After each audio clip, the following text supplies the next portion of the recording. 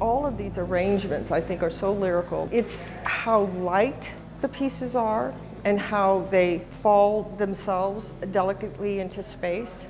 This is the 5th exhibit in our Chaos series, which was the subject for 2019. We have a selected jury that examines the submissions, and the submissions are in response to the call. We were asking people to consider chaos in their lives. I looked at chaos in the smallest of the particles in the universe, which are the protons, the neutrons, the electrons, and the largest particle like black holes and galaxies and stars. A lot of the intention is based on light and gravity, the tools that we use to measure what's in our universe. These pieces are specifically made for people to see from all directions. And as you move, the pieces change, the light changes, your frame of reference changes, and also the air that moves with the person has an effect on the paper, and it'll gently move back and forth.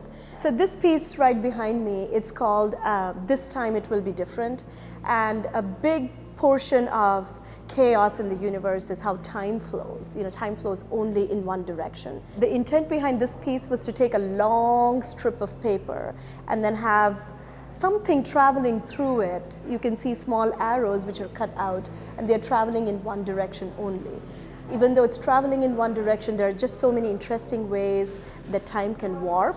And we feel it in our day-to-day lives, how time moves slower or faster. But in our physical universe, how does time move? It's a single piece, and it's cut out as a perfect spiral, actually. But it did not want to lie down as a spiral. It took its own life when I was installing it.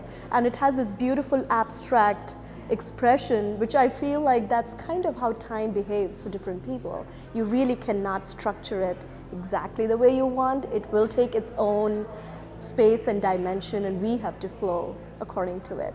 There is a satisfaction when I'm just cutting paper and creating these beautiful negative spaces.